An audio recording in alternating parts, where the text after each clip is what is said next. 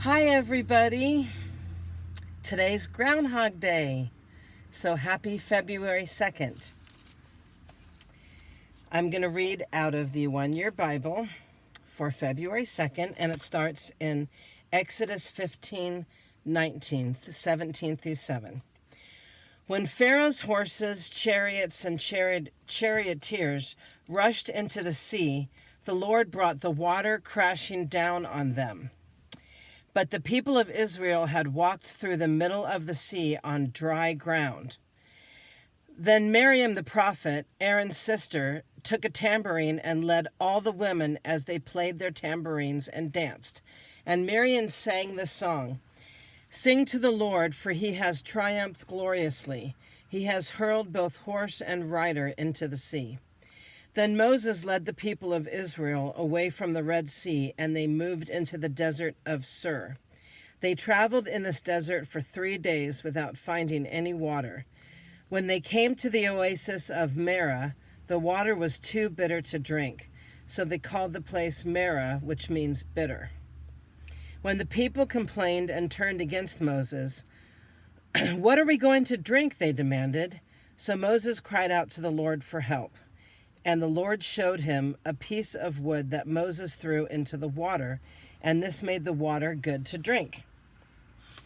It was there at Marah that the Lord set before them the following decree as a standard to test their faithfulness to him.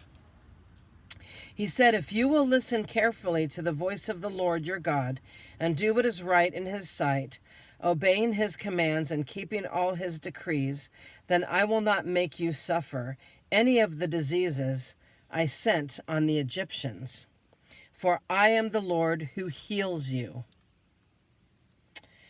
After leaving Marah, the Israelites traveled onto the oasis of Elim, where they found 12 springs and 70 palm trees. They camped there beside the water. Then the whole community of Israel set out from Elim and journeyed into the wilderness of Sin. I don't know why it's called Sin, but that's just the name of the town, I guess, or the area.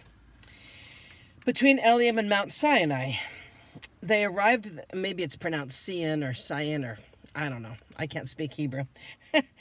The whole community of Israel set out from Elim and journeyed into the wilderness of Sin, let's just call it that, and between Elim and Mount Sinai. They arrived there on the 15th day of the second month, 1 month after leaving the land of Egypt. There, too, the whole community of Israel complained about Moses and Aaron. "If only the Lord had killed us back in Egypt," they moaned. "There we sat around pots filled with meat and ate all the bread we wanted. But now you have brought us into this wilderness to starve us all to death." Then the Lord said to Moses, "Look, I'm going to rain down food from heaven for you.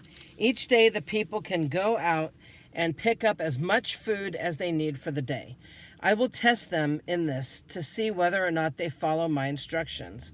On the 6th day, they will gather food, and when they prepare it, there will be twice as much as usual."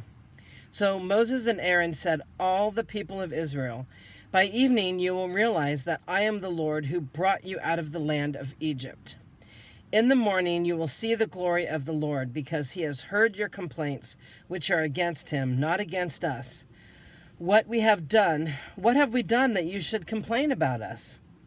Then Moses added, "The Lord will give you meat to eat in the evening and bread to satisfy you in the morning, for he has heard all of your complaints against him." What have we done? Yes, your complaints are against the Lord, not against us. Then Moses said to Aaron, "Announce this to the entire community of Israel. Present yourselves before the Lord, for he has heard your complaining." And as Aaron spoke to the whole community of Israel, they looked out towards the wilderness. There they could see the awesome glory of the Lord in the cloud. Then the Lord said to Moses, "I have heard the Israelites' complaints. Now tell them, in the evening you will have meat to eat, and in the morning you will have all the bread you want. Then you will know that I am the Lord your God." That evening, vast numbers of quail flew in and covered the camp, and the next morning the area around the camp was wet with dew. When the dew evaporated, a flaky substance as fine as frost blanketed the ground. The Israelites were puzzled when they saw it. "What is this?" they asked each other. They had no idea what it was. And Moses told them, "It is the food that the Lord has given you to eat. These are the Lord's instructions. Each household should gather as much as it needs. Pick up 2 quarts for each person in your tent." So the people of Israel did as they were told. Some gathered a lot and some only a little. But when they measured it out, everyone had just enough. Those who gathered a lot had nothing left over, and those who gathered only a little had enough. That's interesting. Having a hard time holding this. Let's see. When they measured it out, let's see, I lost my place. I am so sorry. Those who gathered only a little had enough, and each family had just what it needed.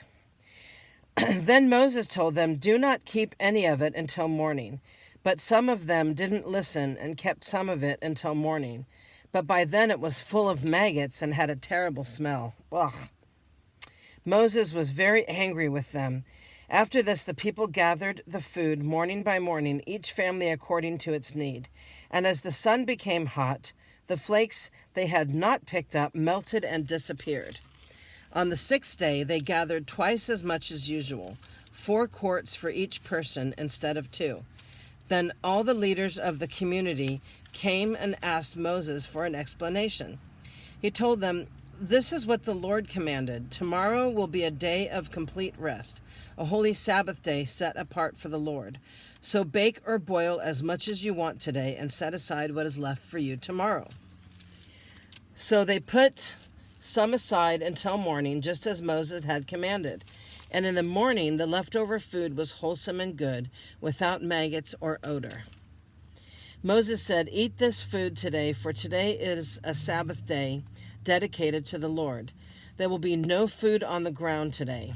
You may gather the food for 6 days, but on the 7th day is the Sabbath. There will be no food on the ground that day." Some of the people went out anyways on the 7th day, but they found no food. And the Lord asked Moses, "How long will these people refuse to obey my commandments and instructions? They must realize that the Sabbath is the Lord's gift to you. That is why he gives you a 2-day supply on the 6th day, so that there will be enough for 2 days. On the Sabbath day, you must each stay in your place. Do not go out and pick up food on the 7th day." So the people did not gather any food on the 7th day. The Israelites called the food manna. It was white like coriander seed, and it tasted like honey wafers. That sounds pretty good to me. Then Moses said, "This is what the Lord has commanded. Fill a 2-quart container with manna to preserve it for your descendants.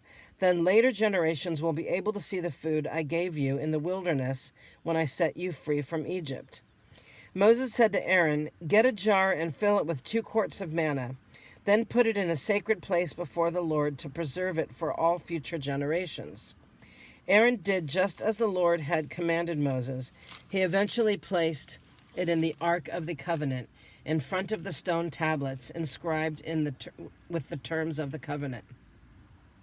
So the people of Israel ate manna for 40 years until they arrived at the land where they would settle. Can you imagine 40 years of eating manna? Wow. 40 years until they arrived at the land where they would settle. They ate manna until they came to the border of the land of Canaan. The container used to measure the manna was an omer, which was 1/10 of an ephah. It held about 2 quarts. At the Lord's command, the whole community of Israel left the wilderness of Sin and moved from place to place. Eventually, they camped at Rephidim, but there was no water there for the people to drink.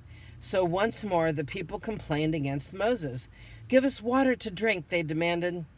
"Quiet," Moses replied. "Why are you complaining against me? And why are you testing the Lord?" But tormented by thirst, they continued to argue with Moses. Why did you bring us out of Egypt? Are you trying to kill us, our children, and our livestock with thirst? Then Moses cried out to the Lord, what should I do with these people? They are ready to stone me. Oh. Then the Lord said to Moses, walk out in front of the people. Take your staff, the one you used when you struck the water of the Nile, and call some of the elders of Israel to join you. I will stand before you at the rock of Mount Sinai. Strike the rock, and water will come gushing out. Then the people will be able to drink. So Moses struck the rock as he was told, and water gushed out as the elders looked on. Moses named the place Massah, which means test, and Meribath, which means arguing, because the people of Israel argued with Moses and tested the Lord by saying, is the Lord here with us? Is the Lord here with us or not? So, wow, Israelites are a lot like us, pretty stubborn. They argue. They want what they want. They're not very patient. They do what they want to do. Yeah, we can relate to that. Moving on to Matthew 22, 1-33. Jesus told them other parables. He said, the kingdom of heaven can be illustrated by the story of a king who prepared a great wedding feast for his son. When the banquet was ready, he sent his servants to notify those who were invited, but they all refused to come. So he sent other servants to tell them, the feast has been prepared. The bulls and fattened cattle have been killed, and everything is ready. Come to the banquet. But the guests he had invited ignored them and went their own way, one to his farm, and another to his businesses. Others seized his messengers and insulted them and killed them. The king was furious, and he sent out his army to destroy the murderers and burnt their town. And he said to his servants, the wedding feast is ready, and the guests I invited aren't worthy of the honor. Now go out to the street corners and invite everyone you see. So the servants brought in everyone they could find, good and bad alike, and the banquet hall was filled with guests. But then the king came in to meet the guests, and he noticed a man who wasn't wearing the proper clothes for a wedding. Friend, he asked, how is it that you are here without wedding clothes? But the man had no reply. Then the king said to his aides, bind his hands and feet and throw him into the outer darkness, where there will be weeping and gnashing of teeth. Wow. Nobody should do that to anybody who's not wearing the proper clothes. But this is a parable. It's not what it means. I'm just trying to make a stupid joke. For many are called, but few are chosen. Then the Pharisees met together to plot how to trap Jesus into saying something for which he could not be arrested. They sent some of their disciples along with the supporters of Herod to meet him. Teacher, they said, we know how honest you are. You teach the way of God truthfully. You are impartial and don't play favorites. Now tell us what you think about this. Is it right to pay taxes to Caesar or not? But Jesus knew their evil motives.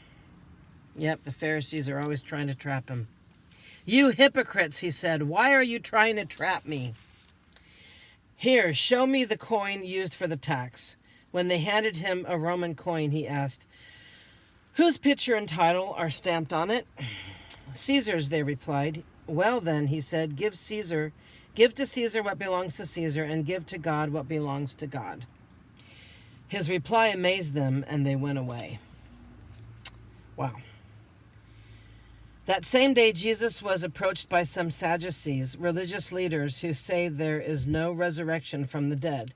They posed this question, Teacher, Moses said if a man dies without children, his brother should marry the widow and have a child who will carry on the brother's name. Well, suppose there were 7 brothers. The oldest one married and then died without children. So his brother married the widow. But the second brother died, and the third brother married her. This continued with all 7 of them. Wow, those brothers don't really have good luck, do they? Last of all, the woman also died. So tell us, whose wife will she be in the resurrection? For all 7 were married to her. Jesus replied, your mistake is that you don't know the scriptures, and you don't know the power of God. For when the dead rise, they will neither marry nor be given in marriage. In this respect, they will be like the angels in heaven. But now, as to whether there will be a resurrection of the dead, haven't you ever read about this in the scriptures? Long after Abraham, Isaac, and Jacob had died, God said, I am the God of Abraham, the God of Isaac, and the God of Jacob. So he is the God of the living, not of the dead. When the crowds heard him, they were astounded at his teaching. That's pretty cool. Psalm 27, 1-6, a psalm of David. The Lord is my light and my salvation, so why should I be afraid? The Lord is my fortress, protecting me from danger, so why should I tremble?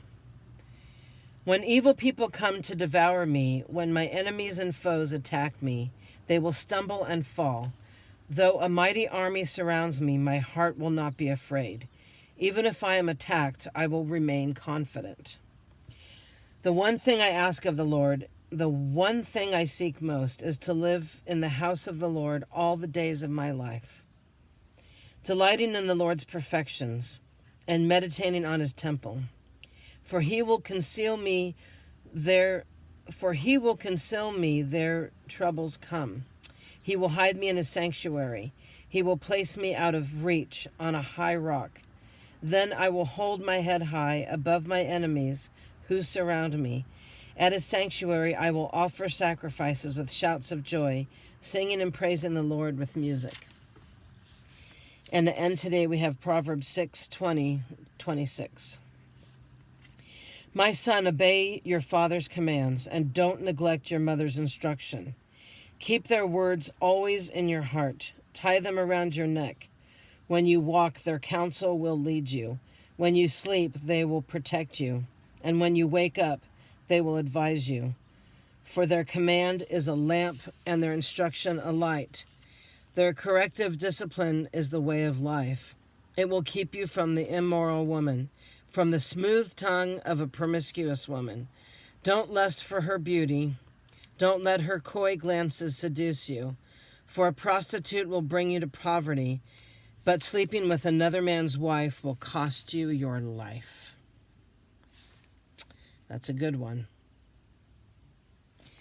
Thank you for joining me today on this Groundhog Day, and I hope today's word blessed your life. And I appreciate you joining me. So I will see you tomorrow.